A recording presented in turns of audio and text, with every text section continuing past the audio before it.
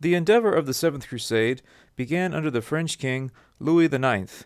Louis was an intensely spiritual man, and was canonized as a saint of the Catholic Church 27 years after his death. He brought a holy passion for the Crusades that seemed to reminiscent of the victorious First Crusade. Louis's enthusiasm, sincerity, and piety allowed him to gain support for a new crusading effort. The Templars were instrumental in helping him organize and finance the crusade. So, Louis set sail in August of 1248 AD, and thus began the Seventh Crusade. Louis's armada stopped off at Cyprus and stayed on the island for 8 months to resupply and make ready. The delay also allowed stragglers to join the main army from both Europe and the Middle East. In addition, Louis would benefit from the contribution of the military orders based in the Levant, namely the Knights Hospitallers, Knights Templar, and Teutonic Knights. By the summer of 1249, the army was finally ready to begin the crusade. Louis wrote to the Sultan of Egypt, boldly expressing his intention of not just taking back Jerusalem, but of conquering all of Egypt and the Levant. Quote, "I will assault your territory, and even were you to swear allegiance to the cross, my mind would not be changed. The armies that obey me cover mountains and plains. They are as numerous as the pebbles of the earth, and they march upon you, grasping the swords of fate." Unquote. Louis's Crusader army landed in Egypt in June of 1249 and met their first of many problems. The heavy and deep-bottomed sailing ships of the Europeans meant that the army could not easily disembark to the sandy beaches of Egypt, and so the knights were forced to wade their way to the shore.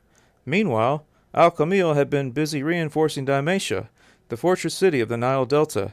As it turned out, the Crusaders captured Dalmatia with surprising ease. An added bonus was that because the garrison had fled in a panic, the city's fortifications remained intact. However, the Sultan's main army waited a safe distance from Dalmatia.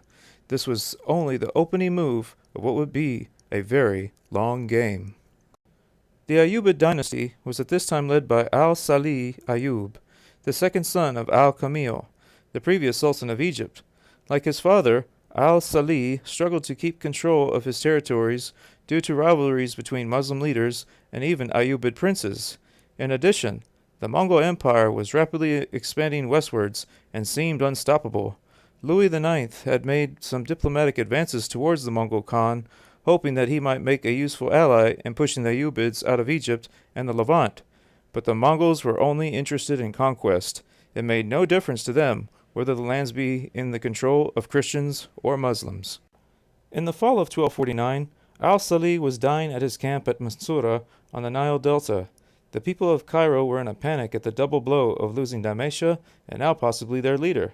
Meanwhile, Louis was still waiting for an important military force belonging to his brother Alphonse, which did not arrive in Egypt until October. At this time, the annual Nile flood was abating, and so the way to Cairo was open. Going against the advice of most of his nobles to wait out the winter in safety at Dalmatia, Louis ignored their warnings and set off for Cairo on the 20th of November in 1249 AD. The Crusaders made very slow progress as they marched along the banks of the Nile.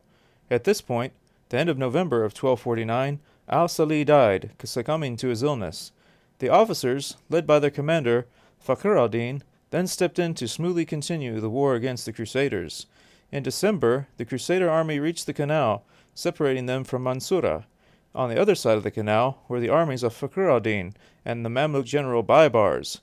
The Muslims held the Crusaders in check until February of 1250, when part of the Christian force was able to cross the canal and attack the Muslim camp at dawn. Fakhr al-Din was killed as he jumped naked from his bath. The Crusaders continued on to Mansoura, where Baibars tricked them. His soldiers hid themselves within the walls of the town. The Crusaders stormed through the gates, where they were ambushed, resulting in great casualties on the Christian side. Meanwhile, the rest of the army crossed the river and were attacked by the Egyptian force, where there were also suffered a very great loss of men. By the end of February in 1250 AD, the new Sultan of Egypt, Al-Mu'azzam Turan Shah, arrived at Mansoura, along with vital supplies and reinforcements. The Crusaders, on the other hand, had no means of resupply, since their camp had been cut off from Dalmatia by a fleet of Muslim ships. Soon starvation and disease spread throughout their camp. Finally, on the 5th of April in 1250, Louis ordered a retreat. The Crusader army, greatly reduced by disease, starvation, and constant attacks from the Ayyubid army, was virtually useless as an effective force. The remaining Crusaders surrendered. and the French king was captured. Louis was released on the 6th of May, but only after a large ransom was paid for himself and for what remained of his army, and also the surrender of Christian-held Dalmatia. Once free from his Muslim captors, Louis did not flee back to Europe in disgrace, but remained in the Middle East for 4 more years. During that time, he oversaw the refortification of his base at Acre, as well as the strongholds of Zidon, Jaffa, and Caesarea. Louis also created an innovative new force of 100 knights, along with a regime of crossbowmen. Unlike previous knights, who were garrisoned at particular strategic cities and castles, this force was used wherever they were most needed to protect Latin interests in the Middle East. Eventually, King Louis IX left the Holy Land in 1254 AD, officially bringing to an end the Seventh Crusade. This is the Leap of Faith.